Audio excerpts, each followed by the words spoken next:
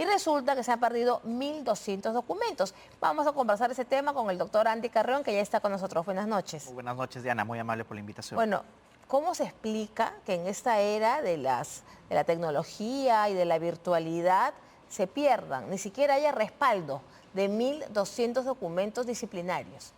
Bueno, ya la Fiscalía ha tomado nota de ello, se ha abierto una indagación, tal como lo anunciaron públicamente, y esperemos de que se identifiquen a los responsables de estos hechos, porque se entiende, Diana, como tú has señalado, que esa posibilidad de la pérdida de documentos tan importantes, porque estamos hablando de procedimientos de ratificación, nombramiento a magistrados, disciplinarios debe de ser dilucidado, pero sobre todo individualizar a las personas que hayan estado detrás de ello, ¿no?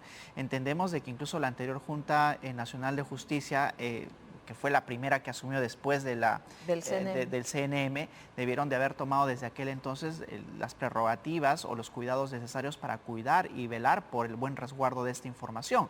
Y yo creo que la individualización va a ser importantísima de cara a identificar si es esta o más bien la anterior Junta quienes debieron tomar los resguardos necesarios para poder resguardar bien esta información. Ahora, ese es un buen punto de los resguardos, pero los documentos que se pierden son desde enero del 2025. Y aquí hay un tema que resulta sumamente llamativo, porque entre los documentos que se extravían, desaparecen, hay, digamos, files que apuntan al fiscal José Domingo Pérez y a la fiscal de la Nación, Delia Espinosa, ¿no? ¡Qué casualidad! Bueno, es mucha casualidad naturalmente, pero entiendo de que por el número de documentos que se han perdido dentro de del archivo electrónico figuran muchos otros procedimientos que involucrarán a otros magistrados, ya sean no solamente fiscales, sino también miembros del Poder Judicial. A veces las coincidencias te pueden indicar también de a dónde podrían apuntar las investigaciones, pero si ya la Fiscalía ha tomado nota de ello, Diana... Sí, continúe, por favor. Si ha tomado nota la Fiscalía, deberíamos de ser un poco pacientes quizás a la hora de identificar, más allá de algunas suspicacias que obviamente se generan, ¿no? Porque la propia fiscal de la Nación... A ver, doctor, la Fiscalía está investigando y resulta que se ha perdido el expediente de la fiscal de la Nación. Entonces ahí tiene que haber un cuidado extremo en cuanto a la objetividad de la investigación. Un cuidado extremo, Diana, más aún cuando durante los últimos tiempos estamos asistiendo a la instrumentalización del Ministerio Público. Vemos cómo Delia Espinosa formula denuncias contra todas aquellas personas que quizás les son adversas dentro de algunas decisiones que se toman.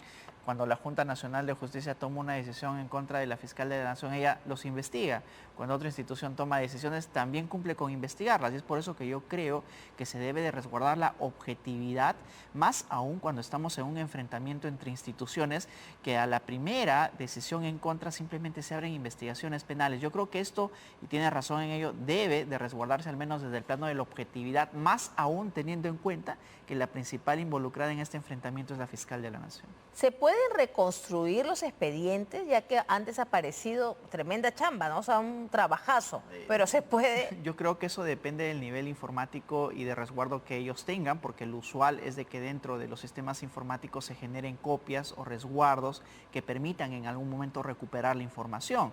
Para eso estarán los expertos técnicos, pero si ya ha habido una pérdida dolosa o una sustracción dolosa de esta información informáticamente hablando, pues esta identificación de responsables tiene también que poner sobre el tapete cuáles son las medidas que se han tomado a nivel informático para resguardar ya no solamente esta pérdida, Diana, sino en el futuro algunos otros expedientes o procedimientos de vital importancia. Ahora, aquí habrían dos caminos, ¿no? El de la Fiscalía, que tomará su camino penal, y el interno de la Junta Nacional de Justicia. A esta hora, viernes, siendo las 10:40 de la noche, seguramente algunos trabajadores tienen que haber asumido su responsabilidad, ¿no? Yo creo que debe de implementarse una investigación interna. Interna, ¿no? Por eso, interna, ¿no? Dentro del propio de la Junta Nacional de Justicia, para que administrativamente no solamente se identifiquen a los eventuales responsables, no penalmente, sino administrativamente, y que con ello se proceda a tomar las medidas preventivas necesarias para que esto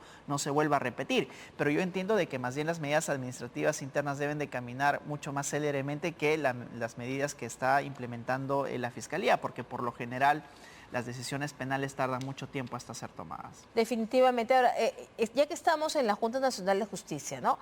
Hoy día se ha remitido Gino Ríos Patio, que es el presidente de la Junta, le ha remitido un oficio al presidente del Congreso diciéndole no está habiendo ningún retorno de Patricia Benavides. Ya se vencieron los plazos, pero también ha habido una ocurrencia policial.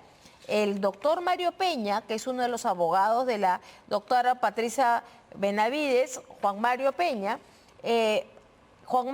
Flores, ¿no? Ha ido hoy día, ha habido una diligencia, una gestión de constatación policial. Estamos ahí con las imágenes de esta constatación. Hay un acta, ¿no?, de la constatación policial donde quiere la defensa de la doctora Benavides, el doctor Juan Mario Peña, se ha acercado, ha hecho esta diligencia con la policía. Lo que quieren es demostrar y dejar sentado que la doctora Benavides no ha retornado. Entonces, con esto ya, digamos, asentado policialmente, hoy día además, con la fecha dice que de fecha 1 de agosto, el cual indicó que no hay respuesta sobre el escrito. El escrito de fecha ingresado el 4 de agosto, indicando que mediante hoja de mencionar que durante el traslado de las instalaciones de la Fiscalía, la persona de Stephanie Gaby Cruz Salas, fotógrafa de imagen institucional del Ministerio Público, es decir, van a poner todas las veces que no ha habido una obediencia, un acato, y lo que se llama, la diligencia se llama constatación policial.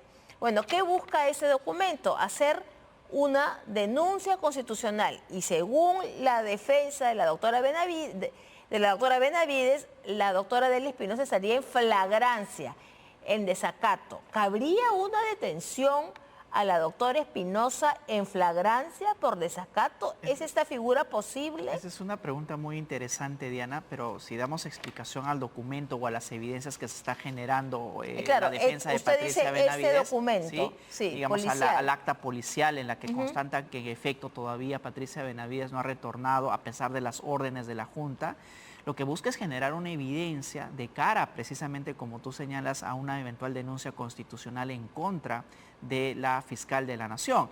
Evidencias hay muchas, ¿no? La propia fiscal de la Nación ha remitido varios oficios a la Junta Nacional de Justicia señalando de que simplemente no va a acatar esa decisión y pidiendo explicaciones ulteriores, que les manden las actas, que ha habido irregularidades digamos, en la consignación de las notificaciones a la Junta, es decir, dilatando una decisión que ya debió de tomarse hace algún tiempo. Y lo que está haciendo la defensa es generarse más evidencia, Diana, de que demuestren en qué figura de flagrancia está incurriendo la fiscal de la Nación.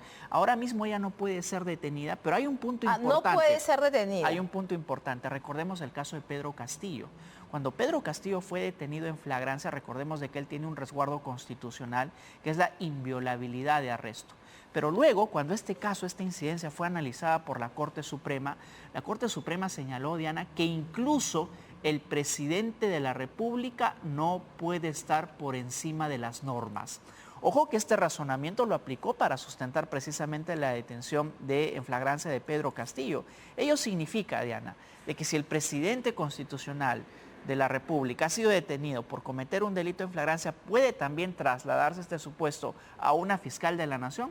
Yo creo que sí, porque ya el Tribunal Supremo ha señalado de que nadie está por encima de la ley. Y si no está por encima de la ley un presidente constitucional, tampoco lo debería estar una fiscal de la Nación. Ahora, pues, entonces sí podría ser detenida. Bueno, si es que seguimos esa reflexión que se ha dado dentro de la incidencia del caso de Pedro Castillo, yo creo que sería perfectamente posible. Sin embargo, habría que ver si es que en este caso alguno de los miembros del Congreso de la República se sube a esta denuncia constitucional e inicia el trámite propio, porque la comunicación que ha oficiado la Junta Nacional de Justicia no tiene un amparo de denuncia constitucional en sí mismo. Así es que tendrá que ser alguno de los congresistas o alguno de las bancadas quienes tramiten esta comunicación. Claro, porque la importancia del documento que acabamos de ver es que pone uno por uno y con fecha todos los oficios, todas las exhortaciones, todos los documentos que han enviado a la Fiscalía y que no han sido acatados por la doctora Espinosa. ¿Tú te imaginas, Diana, si la más alta representante de una institución tan importante como el Ministerio Público, quien tiene que encargarse de que todos cumplamos la ley, no la cumple?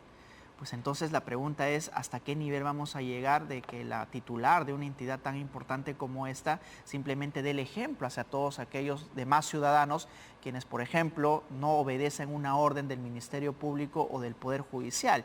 Yo creo que este es un mal precedente, Diana, que debilita la institucionalidad propia del Ministerio Público.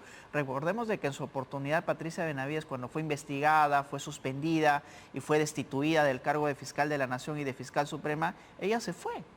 Digamos, no cuestionó la decisión a pesar de que estaba en contra de la Junta Nacional de Justicia. ¿Y por qué ahora Delia Espinosa no obedece las órdenes emitidas por la propia Junta Nacional de Justicia? En su oportunidad lo hizo la propia Patricia Benavides. Y cada vez pareciera que se va quedando más sola la doctora Espinosa, pareciera. Bueno, ni siquiera ya la Junta de Fiscales Supremos parece que la apoya porque ellos mismos están dentro de una discusión. De hecho, hace algunas semanas en un pronunciamiento de la Junta de Fiscales Supremos señalaron de que sí iban a acatar la decisión de la Junta, pero pidieron una explicación ulterior. Pero después ya no se han vuelto a pronunciar en este sentido y por las informaciones que surgen y que la prensa está publicando, al parecer ya está quedándose sola, ¿no? Muchísimas gracias, doctora Andy Carreón, como siempre, por su presencia en el final del día.